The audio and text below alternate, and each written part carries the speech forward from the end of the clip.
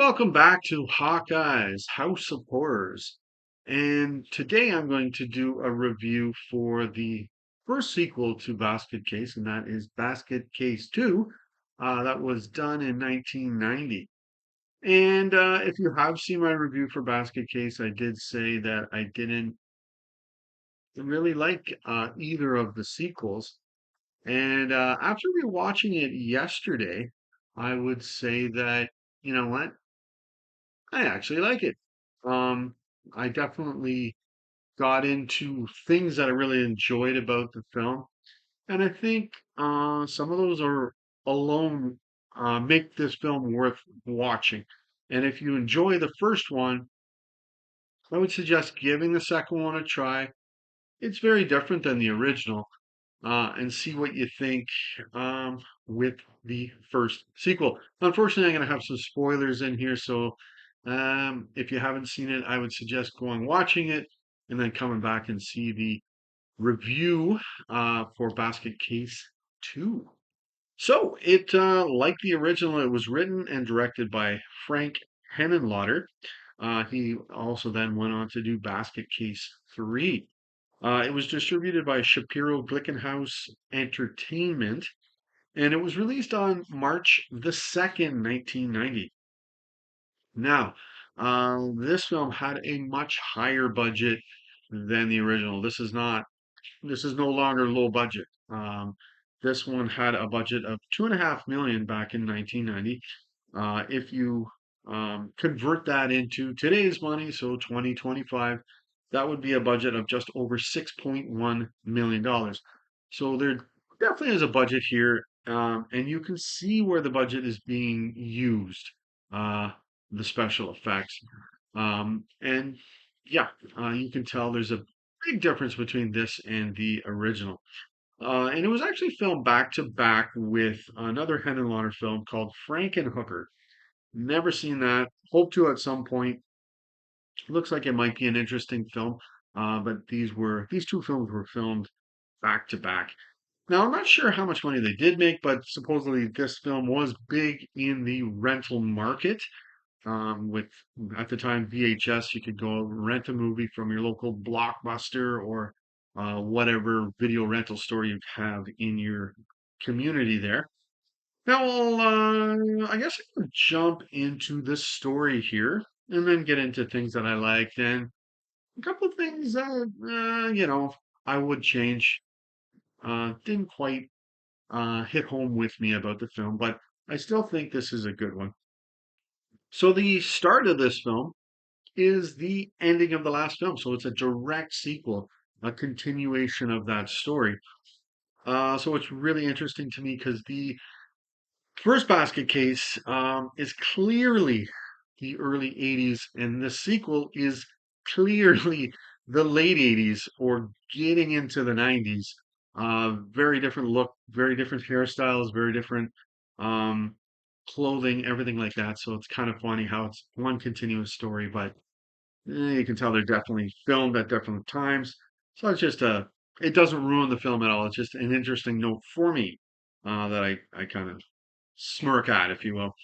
Um, so Dwayne, once again played by Kevin Van Hentenryck, him and Belial are now in a hospital after they fell from the Broslin Hotel. They didn't die. They're in the hotel. They're not in very good condition, but they're in the hospital there. And they work as a team, of course, to get out of the hospital. They end up killing one somewhat horny security guard on their way out. Of course, that's Belial that does it.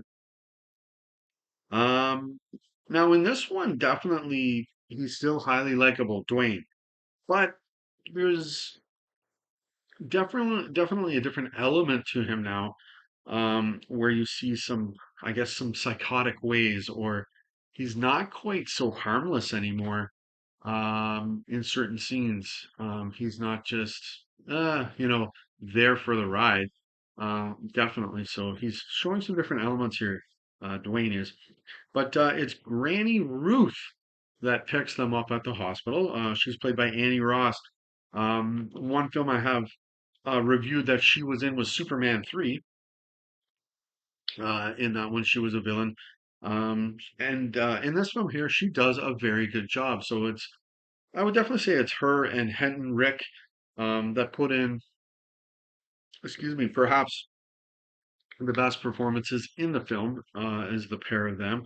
And at Granny Ruth's house, she's got a house of other freaks like Belial and Dwayne that they can live with and under her roof. And certainly through Granny Ruth, she's able to bring them back to health and everything like that as well. Now with Belial this time, of course, again, Dwayne does too, but Belial has a love interest in this, and her name is Eve, and she is very much like Belial, a Siamese twin cut off somebody's uh, side, much like Belial was. Now, definitely, I would say the highlight of the film to me is the special effects. They're really good. Um, I really enjoy them, and that there alone is what would make I would say make you watch the film. There's a lot of effects going on in it as well. The effects were done by Gabriel Bartalos. He also had worked on a number of films, but just to name some, there was Friday the 13th, Part 7, A New Blood, Dolls, Dark Man, another one. So he, I think, was the head effects guy in this one here. And I would say there's such imagination and work put into each of the freaks, each of those people, those characters to make them all different than the last one. And it's really interesting and cool seeing those effects at work here. And it's certainly within Granny Ruth's house where that comes to shine, if you will, those effects. And definitely Dwayne's scar where Belial was um, cut off of him in the first one. It's even nastier that scar now than it was than what you saw in the original film. Now, I guess you could say the fire to the story, because there's more to the film than just that. But there's also a reporter named Marcy, played by Catherine Mesley, I think is how you pronounce her name. She's digging around for the story about the twins, because hey, this is big news. These two people, well, one's a freak, but they fell off the Broslin Hotel. Should have died, did not. They're in the hospital, and then they've gone missing, and a security guard died. So they're looking for these two people, and well, it's even further than that. They're also um, thought to, have murdered the security guard and are wanted for murder at the same time.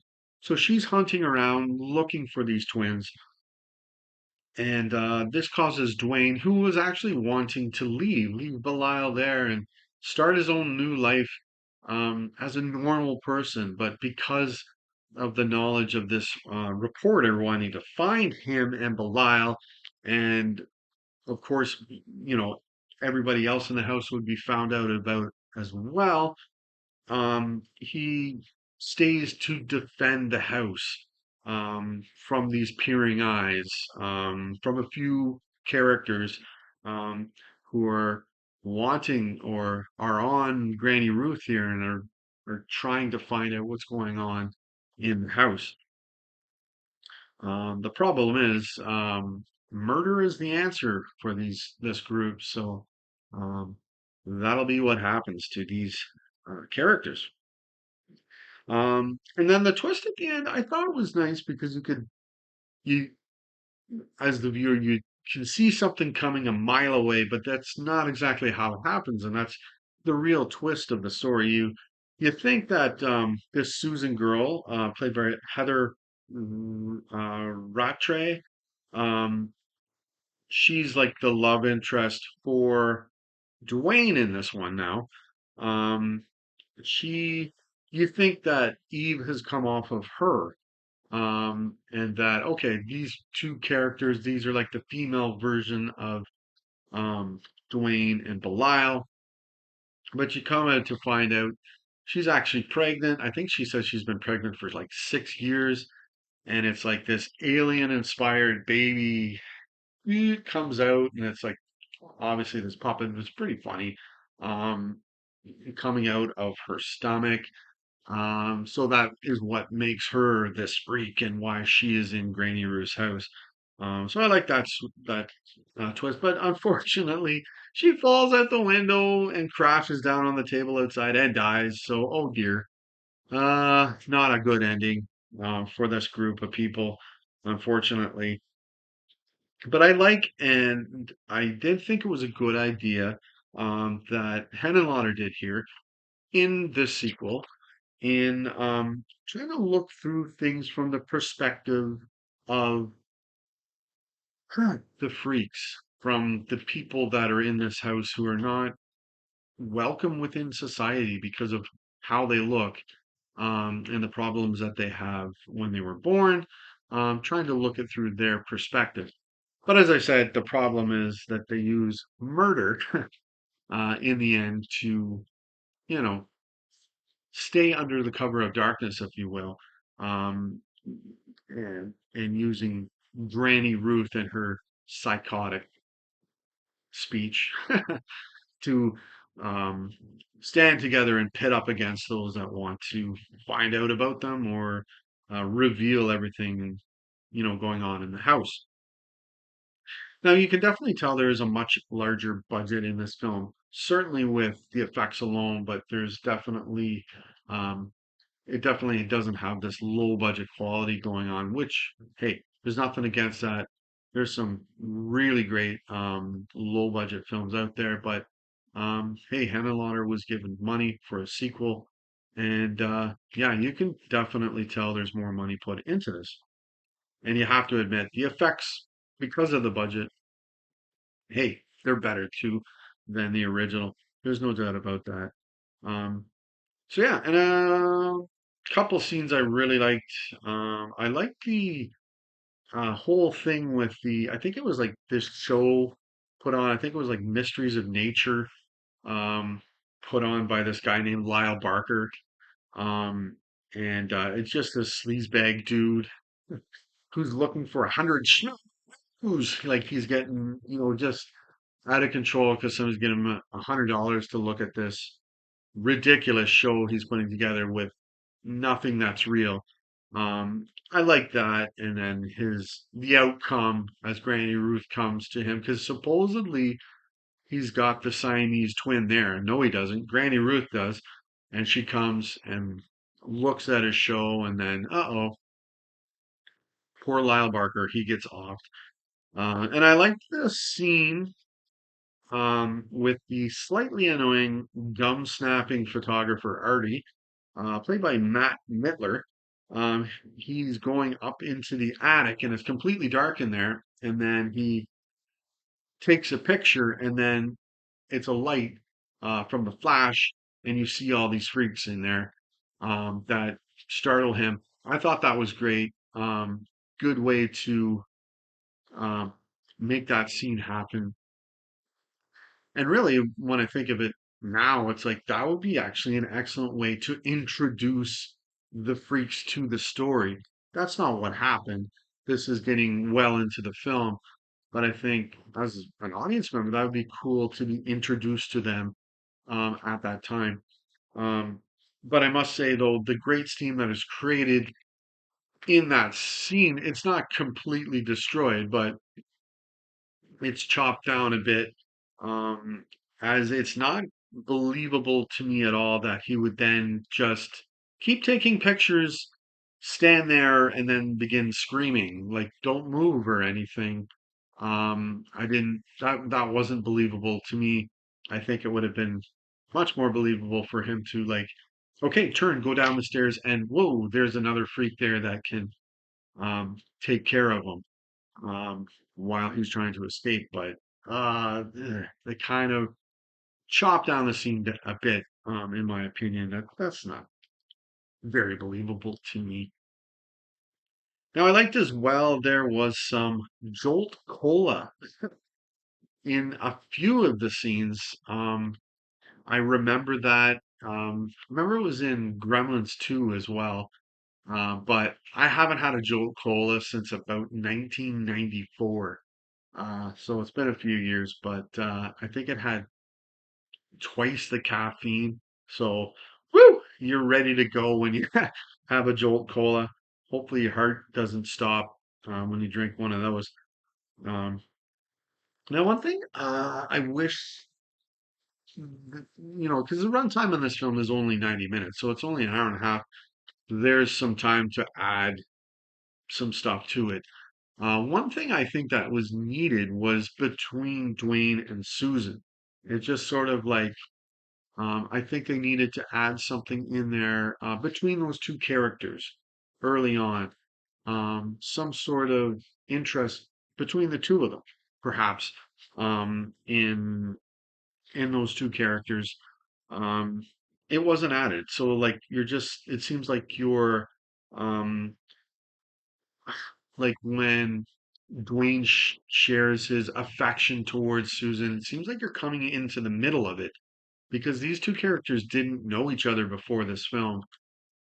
And there needed to be something there for me, in my opinion, to make that happen, to make it round out, if you will, better. It wasn't there, and I just feel like it should be there. Something a little more to those characters. Now, the music was done by Joe Renzetti.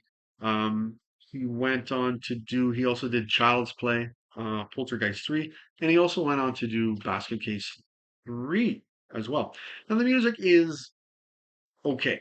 The problem I have is I'm not a big fan of the late 80s, early 90s synthesized music.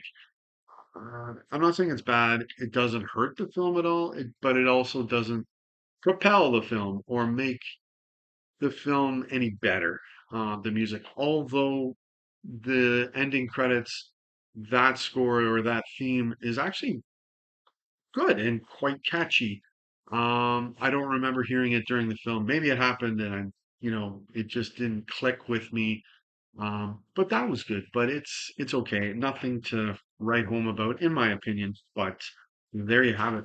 And that is Basket Case 2. I would definitely suggest it and give it a watch. So there you go. I will now watch the third Basket Case and come back and give it a review.